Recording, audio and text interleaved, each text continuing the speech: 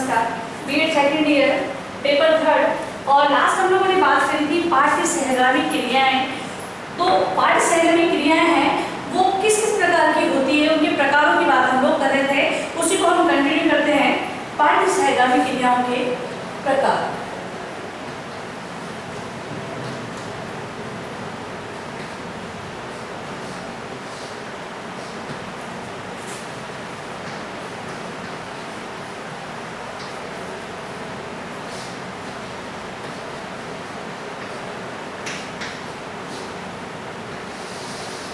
इसमें हमें साहित्यिक प्रक्रियाएं, साहित्यिक जो क्रियाएं होती है सहगामी क्रियाएं, उनके बारे में हमने बात कर ली थी। आज हम देखेंगे संगीत एवं नाट्य क्रियाएं। संगीत एवं नाट्य क्रियाएं।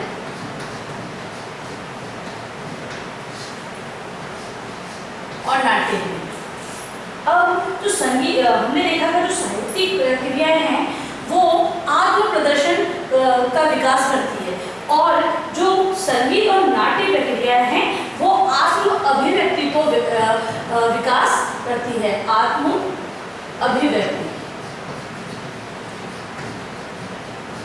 का विकास करती है, ठीक है। तो इन दोनों में क्या डिफरेंस है? उसमें तो आत्म प्रदर्शन होता है और इसमें आत्म अभिव्यक्ति मतलब अपने द्वारा किसी भी चीज को व्यक्त करने की भावना इसमें होती है।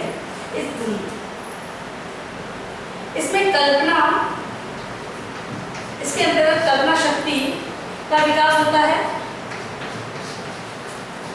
कल्पना शक्ति का विकास होता है। दोनों की बात हो रही है, नाट्य और संगीत दोनों की बात हो रही है। इसमें कल्पना शक्ति का विकास होता है। फिर ज्ञान की प्राप्ति होती है, ज्ञान की प्राप्ति होती है, और जो मूल प्रवृत्तियां हैं, मूल प्रवृत्तियों का पता लगाया जा सकता है। मूल प्रवृत्तियों का एग्जाम्पल के हिसाब से बताती हूँ आपको। मूल प्रवृत्तियों का पता लगाया जा सकता है।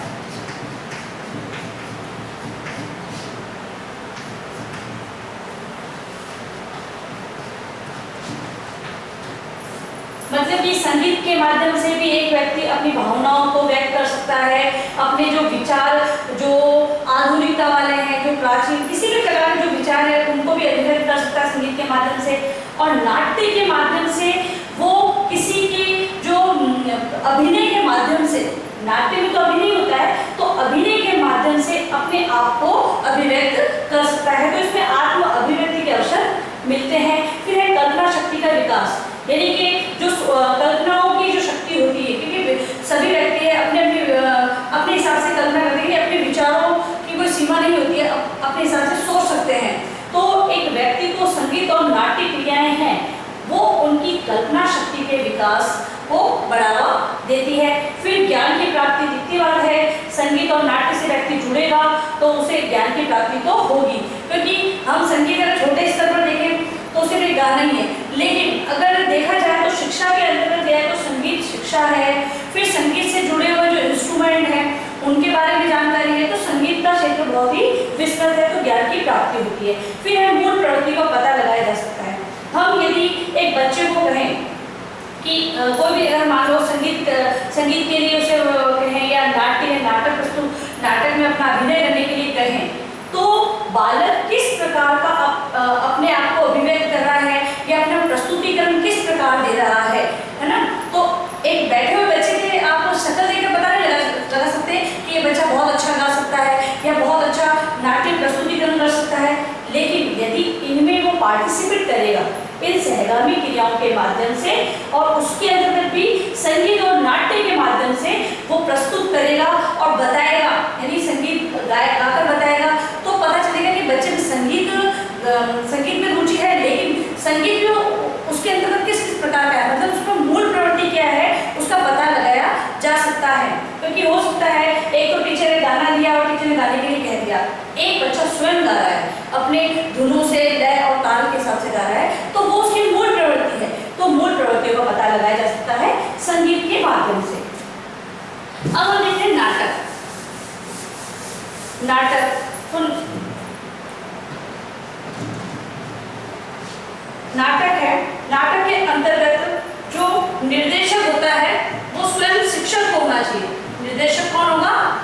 शिक्षक होना चाहिए, क्योंकि वही निर्देशित करेगा बालकों को, तो जो नाट्य प्रस्तुतिकरण, नाट्य की जो क्रिया है वो सही या सफल हो पाएगी। फिर है नाटक है वो शिक्षाप्रद होना चाहिए। कैसा होना चाहिए? शिक्षाप्रद नाटक होना चाहिए। फिर है बात आती है एक ही छात्र को सारी भूमिकाएं नहीं देनी चाहिए, तो एक ही छात्र को सभी प्रकार का अभिनय नहीं करवाना चाहिए।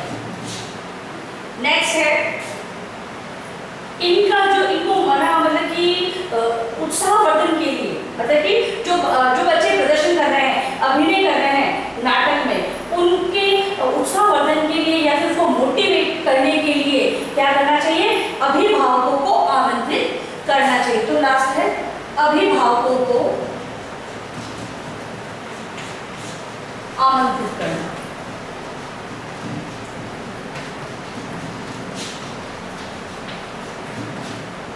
तो ये नाटक के अंतर्गत हमने देखा किस प्रकार प्रस्तुतिकरण करेगा बच्चा, उसके बाद मतलब ये सहगामी क्रियाएं हैं, उससे बच्चों को क्या लाभ हो रहा है, तो वो हम लोगों ने देखा। और नाटक का है उसमें किस प्रकार एक निर्देशक की भूमिका शिक्षक को निभानी है, किन किन बातों को ध्यान रखना है, वो सभी हमने देखा। अब संगीत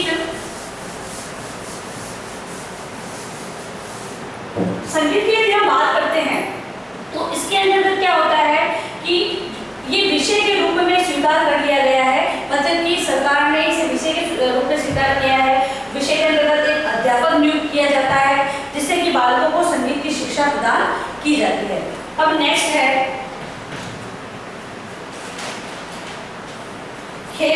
खेल कूद प्रतियोगिता तथा शारीरिक व्यायाम।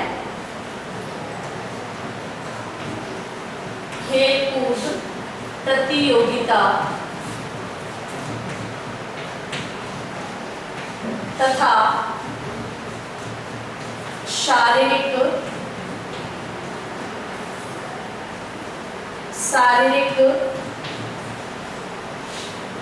व्यायाम। अब हम खेल कूद प्रतियोगिता की बात कर रहे हैं, मतलब कि विद्यालय स्तर पर जो भी खेल कूद प्रतियोगिता आयोजित होती है। और शारीरिक व्यायाम तो वो तो हम प्राथमिक सभा की बात करें तो वहां भी अंत में शारीरिक व्यायाम बच्चों को करवाया जाता है। कक्ष में भी कभी कभी ऐसा होता है कि कोई लेसन के माध्यम से भी बच्चों को शारीरिक व्यायाम करवाया जाता है। तो खेल कूद प्रतियोगिता है और जो शारीरिक व्यायाम संबंधी क्रियाएं हैं, है ना, वो किस प्रकार बच्चे के व्यक्तित्व का विकास करती है। तो उसके अंतर्गत हम देखते हैं व्यक्तित्व का विकास होता है किनके द्वारा? खेलकूद और शारीरिक व्यायाम द्वारा। और स्वास्थ्य का भी विकास और स्वास्थ्य भी इससे सही रहता है।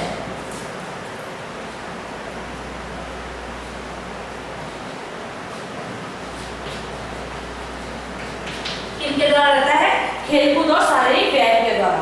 फिर दूसरी बात करते हैं चारित्रिक गुणों का विकास। चारित्रिक गुणों का विकास।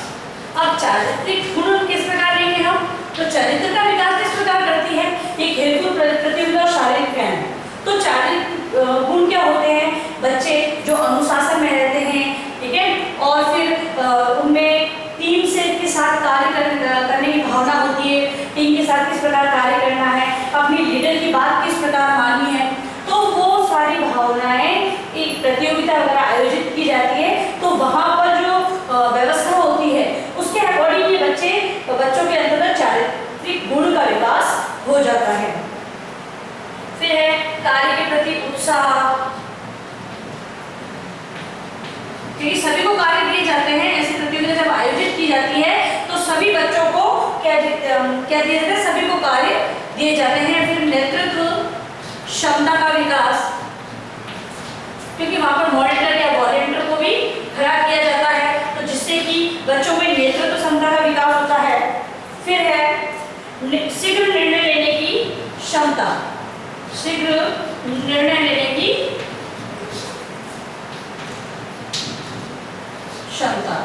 खेलकूद में हम देखते हैं, यदि टीम की बात करें तो जो कैप्टन होता है वो स्वयं कभी भी स्थिति को देखकर निर्णय ले लेता है। यदि हम वहाँ की व्यवस्था की बात करें तो मॉनिटर या वॉलेंटियर होते हैं, वो वहाँ की स्थिति देखते हैं, वातावरण देखते हैं, तो तुरंत निर्णय ले लेते हैं। तो इससे क्या होता है, बच्चों के अंदर निर्णय लेने की क्षमता का भी विकास होता है। और फिर है सामाजिक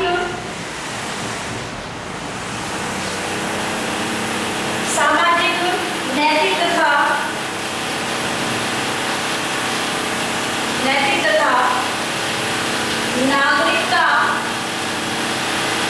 का व्यवहारिक ज्ञान, यह विकास होते हैं।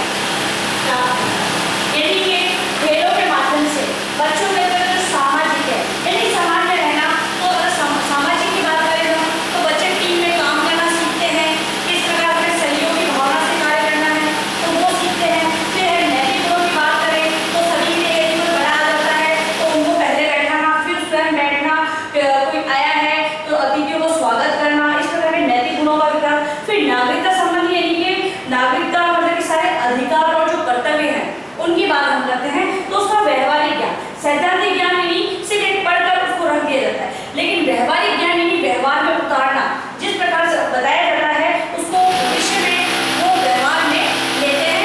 तो इस प्रकार इन दोनों का विकास वो शारीरिक ज्ञान के द्वारा होता है। नेक्स्ट जो क्रिया है वो है छात्र परिषद या छात्र संघ, छात्र परिषद या छात्र संघ। प्रत्येक विद्यालय में छात्र परिषद या छात्र संघ होता है और इनमें जो अध्यक्ष है और जो सदस्य है उनकी नियुक्ति कौन, शिक्षकों द्वारा की जाती है। और ये विद्यालय के अनुशासन से संबंधित है, वहाँ की व्यवस्था से संबंधित है, सभी प्रकार के कार्य वहाँ पर किए जाते हैं। मतलब कि किसकी मॉनिटरिंग में, जो अध्यक्ष होगा उसकी मॉनिटरिंग में वो सदस्य लोग हैं वो सारे कार्य करते हैं। इसी के लिए सन 1955 में सेंट्रल इंस्टीट्यूट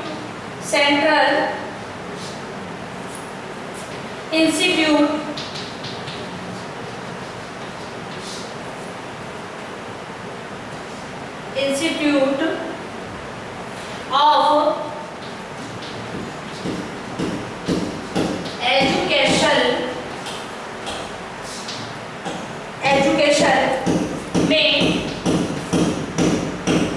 छात्र स्वशासन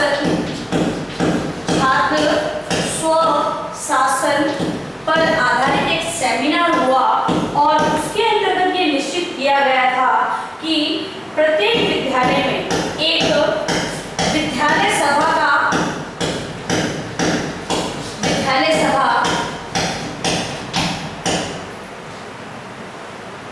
होनी चाहिए। ठीक है,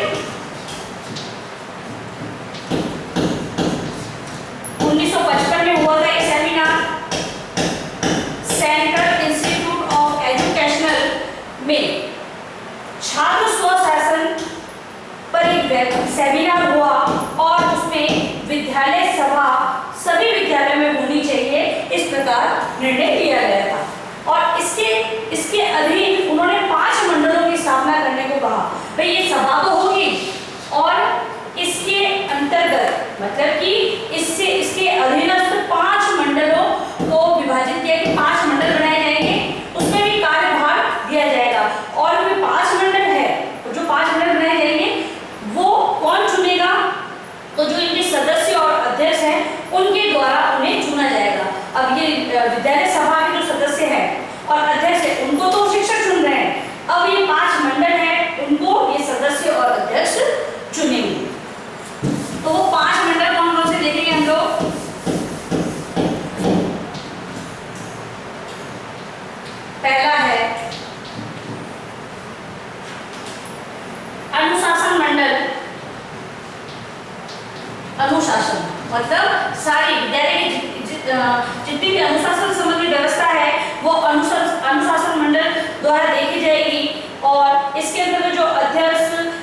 सदस्य हैं उनको कौन चुनेगा?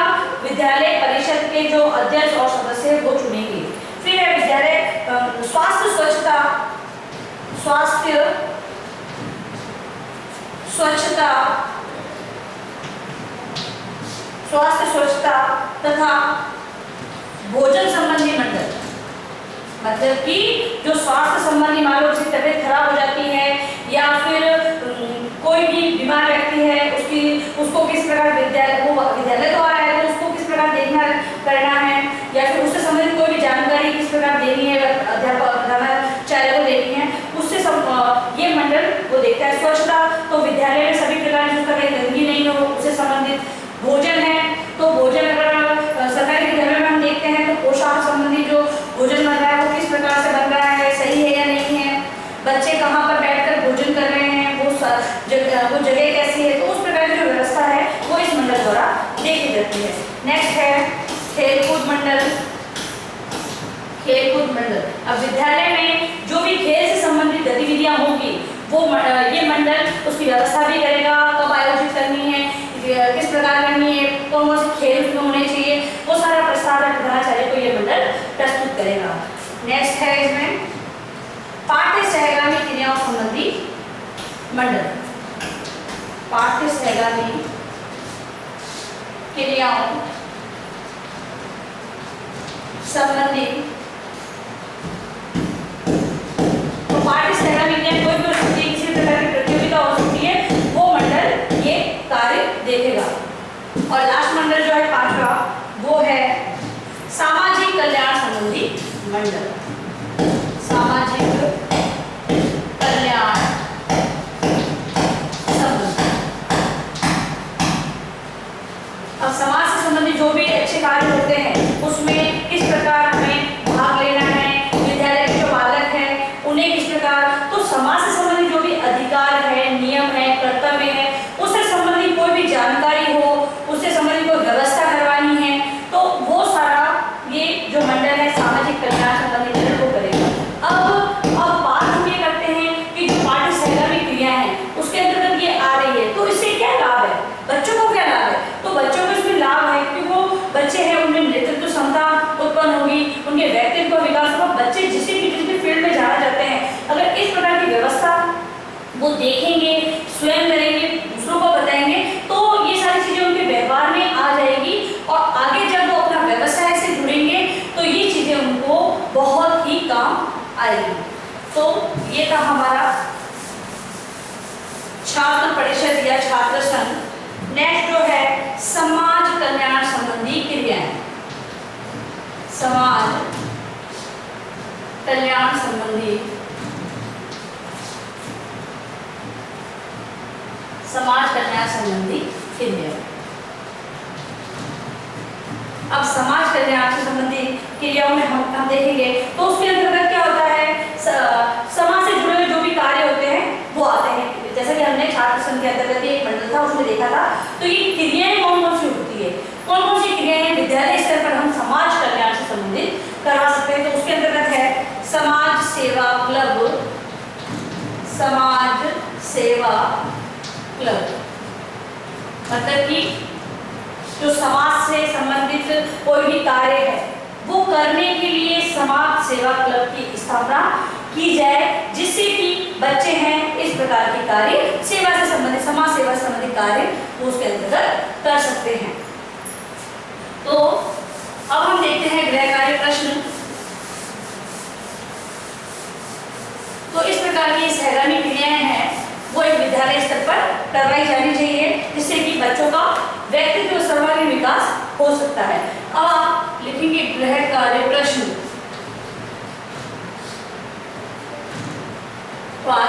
का गृह कार्य प्रश्न है पाठ्य सहगामी क्रियाएं। पाठ्य सहगामी क्रियाओं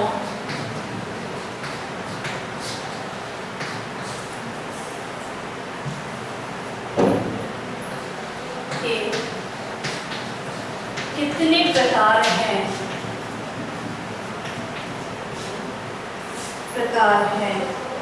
और विद्यार्थी के विद्यार्थी के लिए ये किस प्रकार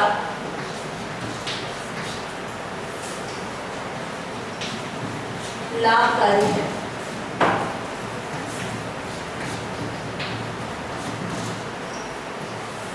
और अंत में आप लोगों से निवेदन है कि आप लोग जब भी घर से जाए तो मास्क का प्रयोग करें या फेस को कवर करके जाए। बाहर जाते हैं तो आपस में कम से कम 6 फीट की दूरी बनाए रखें और लोगों को भी इसके लिए जागरूक करें।